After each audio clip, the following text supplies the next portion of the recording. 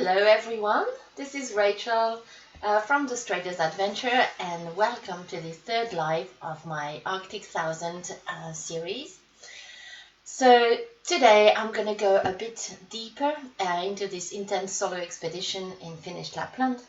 So after having told you about the beginning of the expedition and what my typical day looked like, I want to go today through the different issues and the obstacle I overcame, or kind of, throughout the expedition. I'm speaking from the stable, so my horse stable. Today, again, a very windy day, so I couldn't do it outside. Anyway, that's the way it is. So it started on the second day. The first day was pretty good, and the tracks were fine, so I could do cover quite a long distance, and it was really nice, nice weather. And on the second day, temperature had dropped dramatically, so it was about -20, well below -20. And for the first part of the day, there were no tracks at all. So I was skiing through the metse, the forest, and through the swamps, the frozen swamps. Very peaceful, it was beautiful.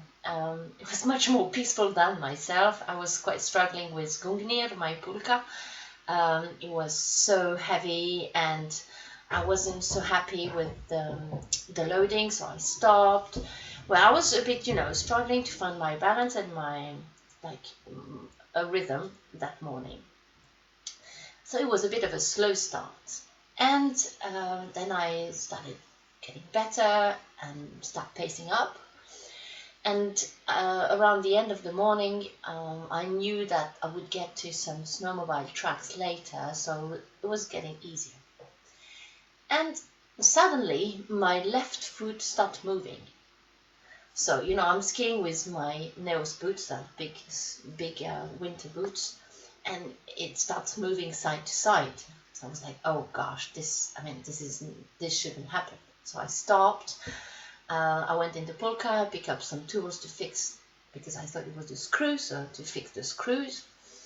And well, it happens, it didn't work, and so I tried to fix it again. It's the same. As soon as I was starting off, it was moving like 10-15 minutes later. So I said, okay, it's much serious than I think. So I took a strap and I strapped the binding around the skis really tightly to make sure it wouldn't move too much. I wear skins under the skis, so this strap was over the ski because I couldn't take the skin off due to the temperatures. So I fixed it this way and as tight as I could, and I set off again. And it worked pretty well. I could ski until I reached the main snowmobile track, and there I was lucky enough for it to be the snow to be hard packed, and I could keep on the whole day without putting the ski back on. But I knew I would need my skis the next 2 days at least, and that I wouldn't make it to Vostok, which was still far away. So I had to find a solution, and so I talked on the phone with friends and my husband to figure out how we could fix this. And I was away, really far away from any roads before the next 2 days. So we arranged for a meeting once I got to the main road 2 days later. And in the meantime, I kept skiing every day, trying to keep my foot as flat as possible because I couldn't twist it at all. So it was a bit, it was not so easy, and I kept on like this the next 2 days. As soon as I could, I was taking off the ski and walking. But dragging Gungnir without skis is actually harder on softer path than with the skis, because I start digging into the snow. So that's how it went for the next 2 days, and then finally I got to the main road, and that was about 2 days later. And it's actually my landlord who came and helped me fix it on the side of the road. So we drilled holes through the skis because the old screw actually broke into the binding. So yeah, the screw really cut halfway, and so we couldn't change them for new ones. So we drilled as we could through the skis, and we did this on the two skis to make sure the bindings would be fine.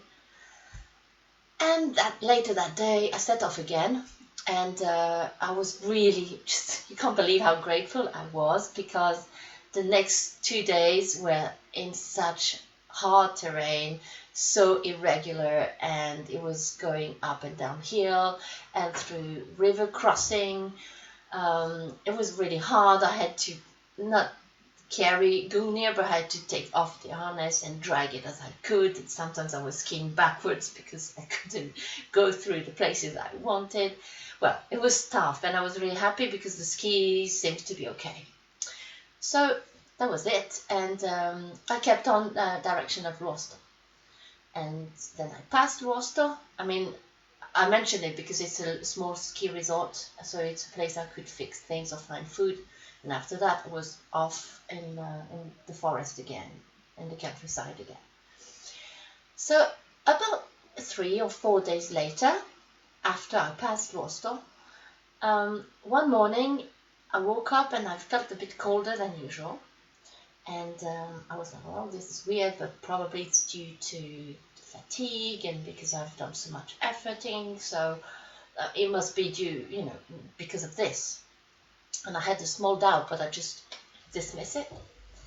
But the next morning, I woke up, no, not next morning, sorry, the next night, I woke up in the middle of the night and I was really wet, all asleep only with my base layer. It was all wet, really wet. And I was inside a sleeping bag and inside my bivy bag because it was snowing outside. And I was like, oh, this is really bad. It means the sleeping bag has an issue, and I have to find a way to fix that. But it was -20 outside in the middle of the night, really cold and still snowing. So I said, okay, I have to wait until next morning and figure out a solution.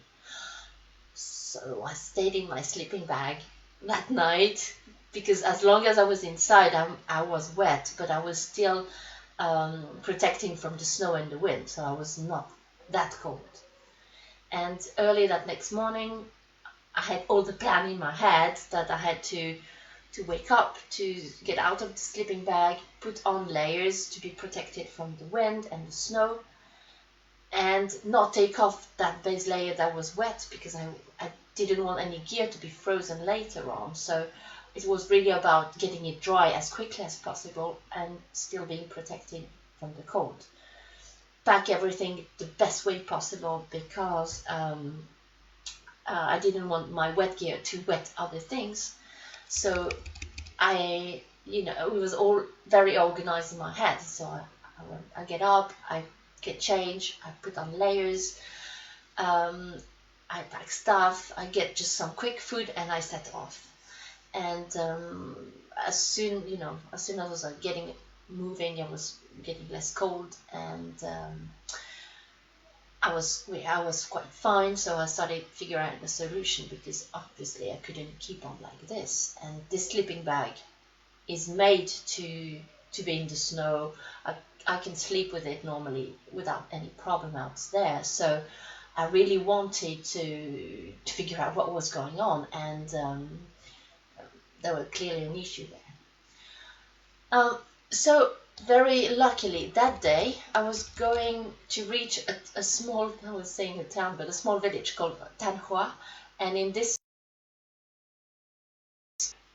so once again I called my friend here in Rovaniemi, and he called the shop and made sure that once I got to that place I could go to the shop and we will try to figure out a way so I could drive my stuff. So I really tried to walk as fast as I could, and hopefully it was on icy road most of the day. So after about 27 kilometers I reached that place and went directly to the shop, and the girl there was lovely and she let me use the back room to dry my gear, and I could even use her dryer to dry my sleeping bag, and it took hours. It was so wet, and then I was like, oh, this is not normal. I mean, it shouldn't happen. So once it was dry and I could set off again, uh, I really made sure that night that I was not breathing into it, because I thought that maybe I was breathing too much inside, so causing extra moisture, and that because of the difference of temperature, the sleeping bag couldn't handle it, even if it seems a bit weird. But that night was so cold, it was very dry, so the morning was fine, and then I was like, okay, it should be okay, and that was just a little mistakes, and that's it. So that day, it was after Lokka, and Lokka is a bit like the last village before entering wilderness. And I was skiing, and it was kind of a strange day, very beautiful day, but I felt strange. And it took me hours to go through one lake, and then I don't know, it was not going like normally. I just couldn't ski fine, and I was feeling weird. So at some point, I had to decide whether I was turning left to the route I had planned through the wilderness, or turn right, turn right to the wilderness, or turn left to the other side, which was taking me a bit closer to the main road and just out of this national park. And at some point, I stopped and I said, "No, I don't feel it. I can't go into this wilderness area. There's something not wrong and not right." So I decided to turn and to take this other route. And believe it or not, as soon as I took that decision of taking this other route and just figure out the way as I would be going, I felt much better, much lighter, and I started just skiing faster, and the day went pretty well. So I was really happy to have taken that decision, but it turned out I was more than right to take it, because by the end of the day, um, imagine I was skiing on sometimes track, sometimes no track, and all in the forest, and it was really irregular. So my foot is moving all the time, side to side. I can't ski flat like normal. And at the end of the day, the left foot stopped moving slightly again. So I was like, oh gosh, is what's going on again? And but it was late, and I was tired, and it was cold, so I just put my camp and slept.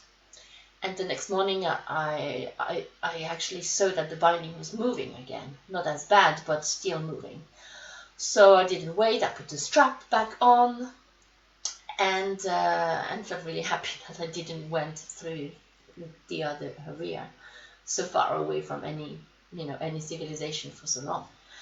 So I went there and tried to ski as well as I could. It was snowing, and I knew it would be snowing for at least the next 2 days. So I needed my skis for sure, and I hope it would be okay.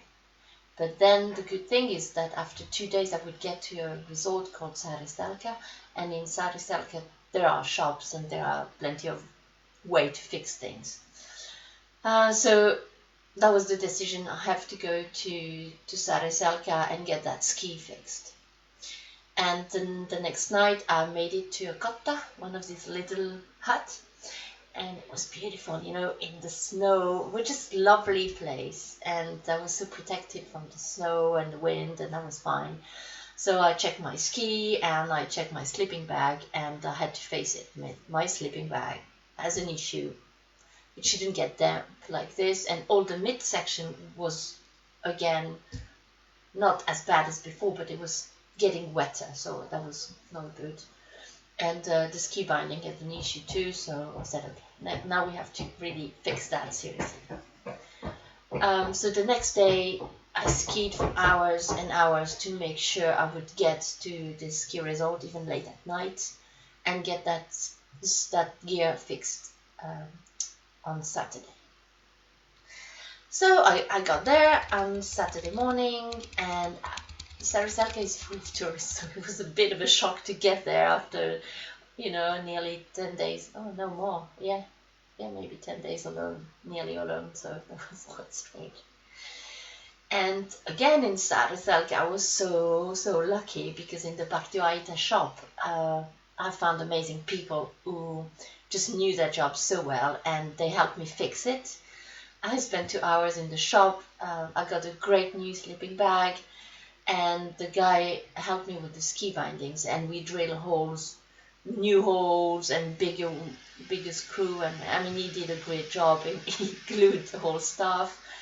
So I felt so much more confident after that about my binding. But he still said, "Yeah, well, we hope it will be okay until the end of your journey."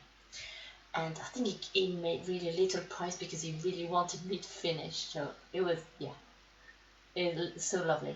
And I left my old sleeping bag there because I really want to find out what happened to it, because yeah, that's clearly not normal. Um, so early that afternoon, I packed Gungnir properly. I got a new sleeping bag, I got food, and I got water. And I set off with much lighter heart because I feel something now is clicking. I feel more confident with my gear. And so I set off for, I think it was the most beautiful afternoon of this whole expedition. The section between Saarastelka and Ivalo is beautiful with lovely hills, and there's barely no trees. It's white snow. It was sunny, cold, but no wind. It was an amazing afternoon. And I finished late at night because the next morning I would be in Ivalo, and soon enough in Inari, which was more than half the journey of my Arctic 1000. But of course, more is to come, kind of much more. But that is for the next episode. I keep you waiting a little bit, otherwise it will be too long. So stay tuned for the next video, which will come maybe tomorrow or on Monday. And so you get some more taste of adventure in your living room if you can't go out, or at least give you a taste of Lapland. And I will tell you more about my mindset, the other obstacles I had to overcome, and why finally I decided to stop. Okay, thanks so much for coming, for listening to me, and have a great Saturday afternoon, evening, whatever.